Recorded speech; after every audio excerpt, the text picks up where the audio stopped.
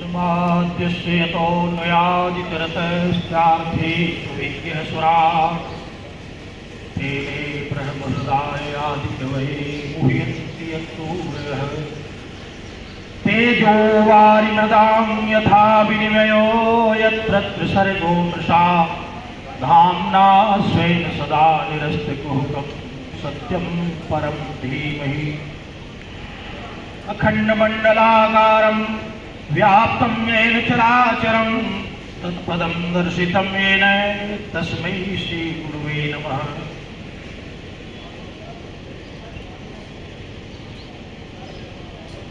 महतः आनन्दस्य विषयोऽयं वर्तते यत् खलु अद्य अस्मिन् महाविद्यालये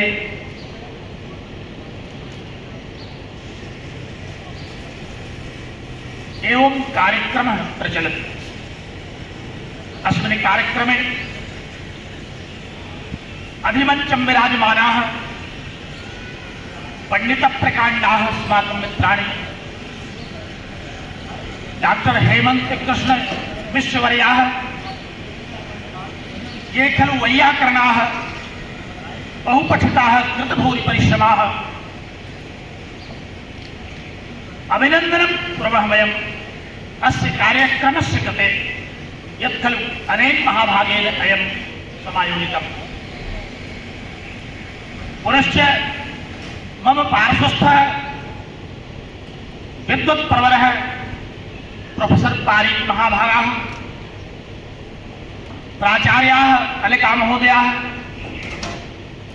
संचालक महोदयः अन्ये च अधिमञ्चं विराजमानाः सर्वे विद्वांसः अतिथयः उपमञ्चं समुपस्थिताः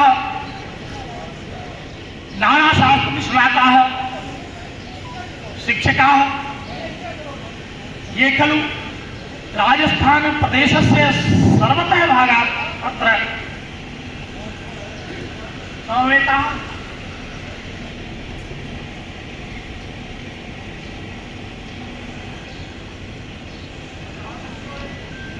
अस्माकं परम स्नेहभाजाः श्याम प्रकाश पारीक महाभागाः देव्यः सज्जनाश्च अत्र अस्मिन् कार्यक्रमे निश्चप्रचं भवतां सर्वेषाम् अनुपश्य मोमुद्यते मे मनः।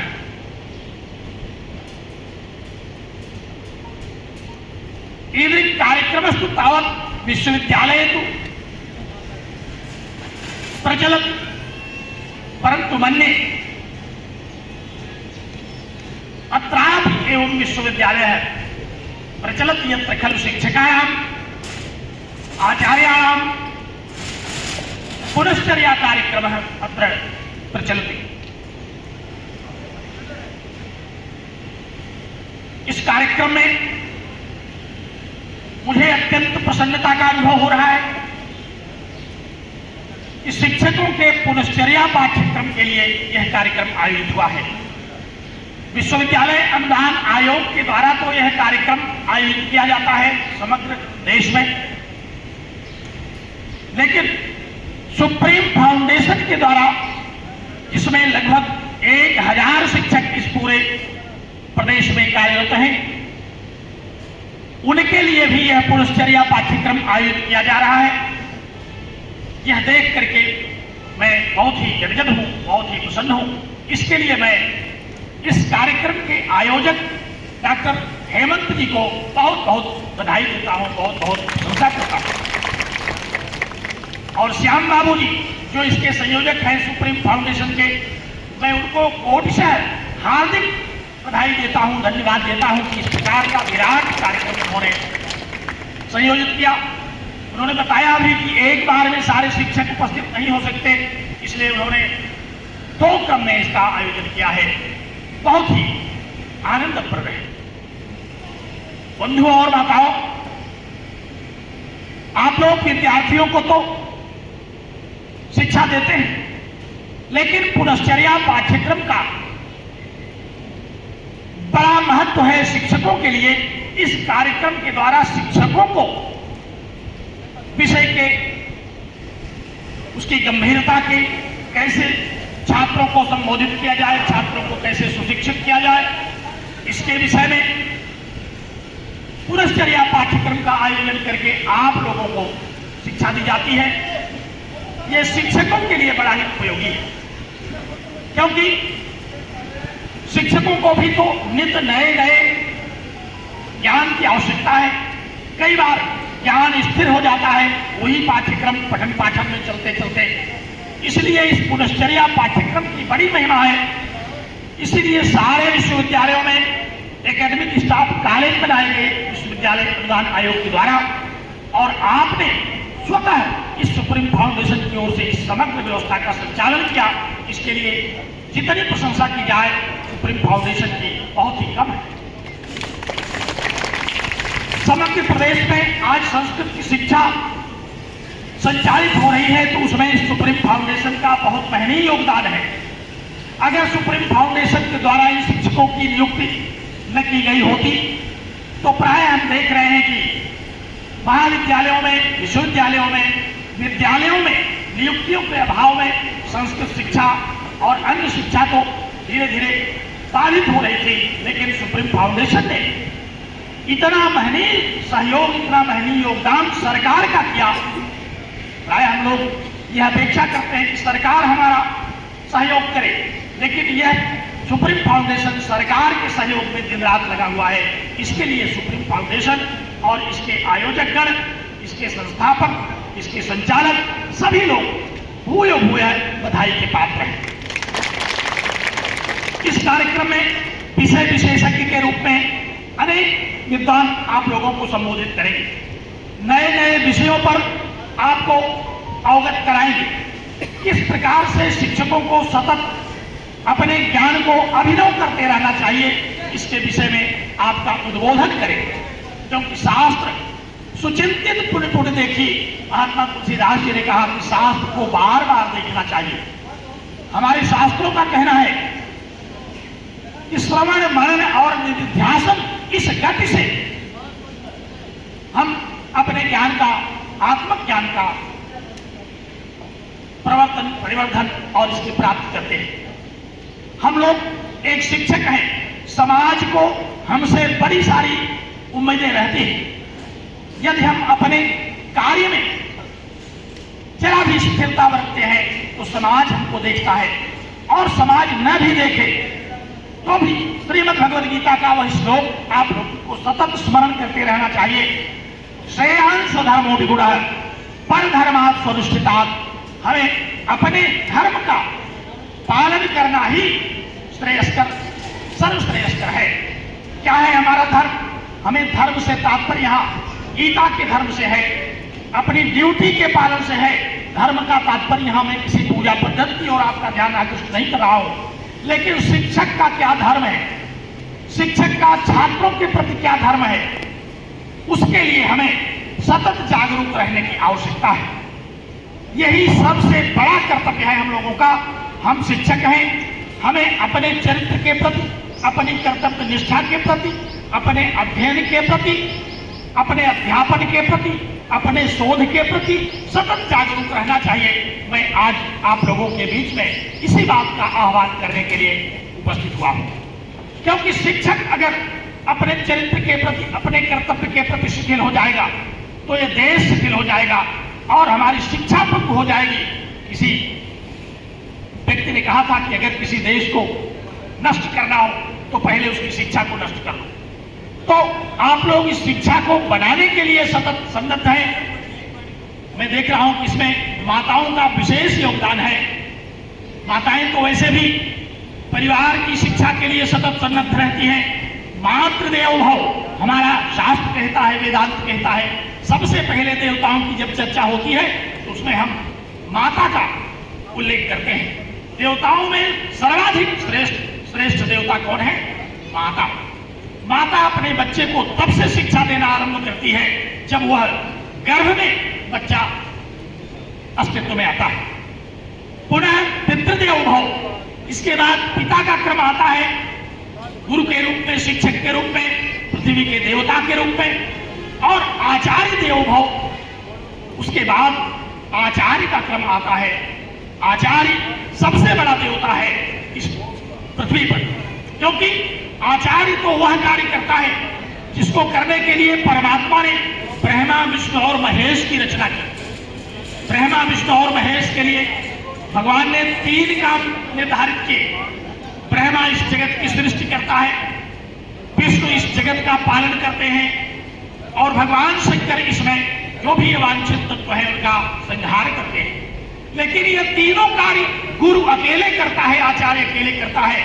वह विद्यार्थियों में, अपने शिष्यों में ज्ञान की सृष्टि करता है, वो ज्ञान की सृष्टि करता है, और विष्णु पालन करने का काम करते हैं। लेकिन आचार्य अकेले ही उस ज्ञान का परिपालन, उसका परिवर्धन, कैसे विद्यार्थी उसका ज्ञान अर्जन करके अपने जीवन में सफल हो, कैसे उसका भविष्य उज्जवल हो, आचार्य इसका ध्यान देता है। और शिव का भी काम आचार्य ही करता है।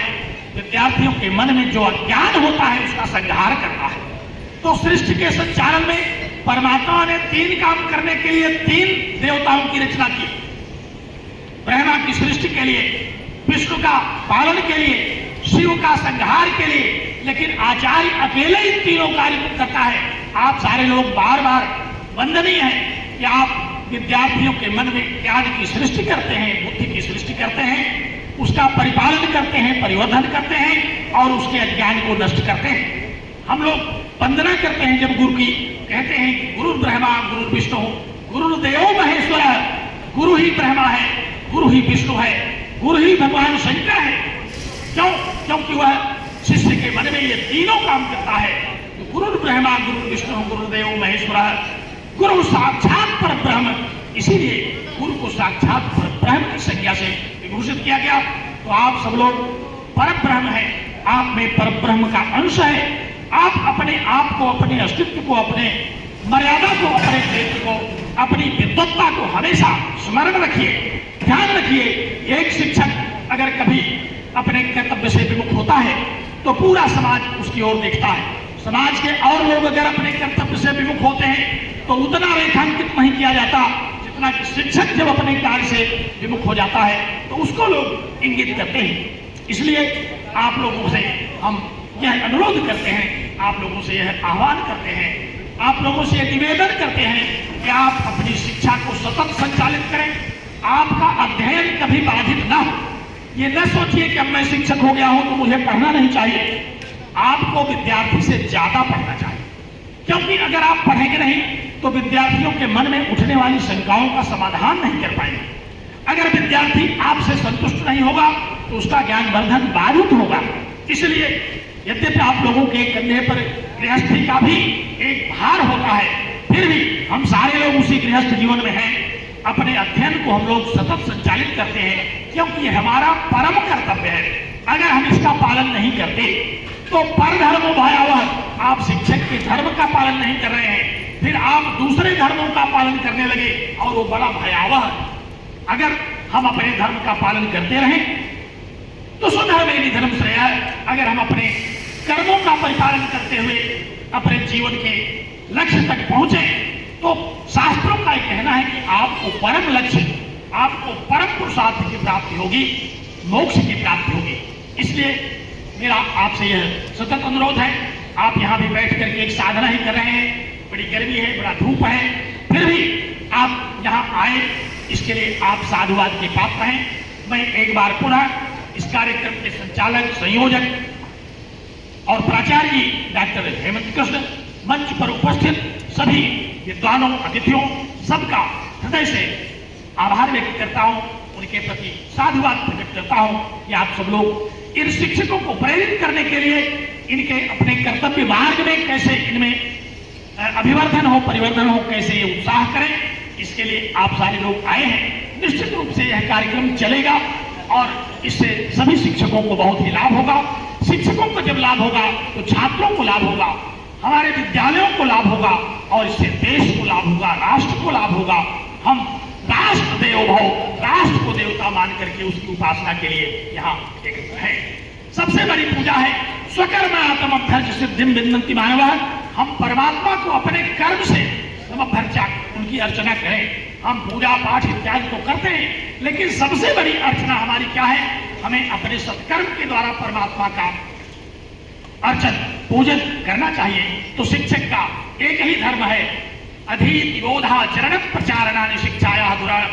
आचार्य हर्ष ने कहा था कि हमारा काम है अधीति अध्ययन, बोध माने उसका ज्ञान, अधीति बोध और उसके अनुसार आचरण। शिक्षक तीनों करता है, अध्ययन भी करता है, ज्ञानार्जन भी करता है और तदनुसार आचरण करता है। पढ़े लिखे तो बहुत सारे लोग हैं, लेकिन वो आचरण नहीं करते। आप मेडिकल स्टोर में जाइए, मेडिकल स्टोर का दुकानदार सारी डॉक्टर नहीं हो सकता, वो किसी को दवा प्रिस्क्राइब नहीं करता। दवा प्रिस्क्राइब करने के लिए डॉक्टर होता है। तो ज्ञान तो बहुत लोगों के पास है, लेकिन वो अपने आचरण में उसका पालन नहीं करते। हमारा शिक्षक उससे यह उम्मीद की जाती है कि वो अपने ज्ञान को अपने आचरण में भी ले आएगा। तो अधीति बोध आचरण और अंतिम जो परम लक्ष्य है हमारा, वो है प्रचार। कक्षा में, समाज में अपने आचरण के द्वारा हमें अपने द्वारा अर्जित की गई विद्वत्ता का प्रचार करना। अगर हम अध्ययन नहीं करेंगे तो हमें ज्ञान नहीं होगा, ज्ञान नहीं होगा तो हम अपने आचरण में उसको उतार नहीं पाएंगे। और अगर हम शब्दों के द्वारा और आचरण के द्वारा, दोनों के द्वारा समाज को शिक्षा नहीं देंगे तो हम आचार्य नहीं बन सकते। व्यास ने अपने निरुक्त में आचार्य का उल्लेख करते हुए कहा कि जो अपने आचरण से शिक्षा दे, आचार्य वह है। तो हमें अपने आचरण से भी शिक्षा देनी है, अपने ज्ञान से भी, अपने शब्दों से भी, अपने वाक्यों से भी। मैं अधिक समय नहीं लूंगा, कार्यक्रम में वैसे भी विलंब हो गया है। मैं एक बार पुनः आप सब लोगों को बहुत हृदय से आशीर्वाद देता हूं कि आप अपने अपने विषय के पारंगत विद्वान बने, पारंगत विदुषी बने। माताएं जो यहाँ बैठी हैं, उनका विशेष योगदान समाज को संचालित करने में, समाज को सुशिक्षित करने में है। और सारे मित्रों को जो शिक्षक बने हैं, इनको भी मैं साधुवाद देता हूं और इनसे भी यह अपेक्षा करता हूं कि आप अपने कर्तव्य में सतत सन्नद्ध होकर के शिक्षक धर्म का निर्वाह करेंगे। क्योंकि शिक्षक एक नौकरी नहीं है, यह एक धर्म है। हम चाहे जिस जात के, जिस धर्म के हों, लेकिन शिक्षक का तो एक ही धर्म है, वो अधीत बोध आचरण और प्रचार। हमें हमेशा इस बात का ध्यान रखना चाहिए कि हम शिक्षक हैं। हमारे ऊपर बच्चे से लेकर के समाज के प्रत्येक व्यक्ति का दृष्टि हमारे ऊपर पड़ती है। हमें बहुत ही सावधान, सतर्क रह करके अपने कार्यों का निर्वहन करना है। इन्हीं शब्दों के साथ मैं अपनी वाणी को विराम देता हूँ। बहुत बहुत धन्यवाद। नमो नमः।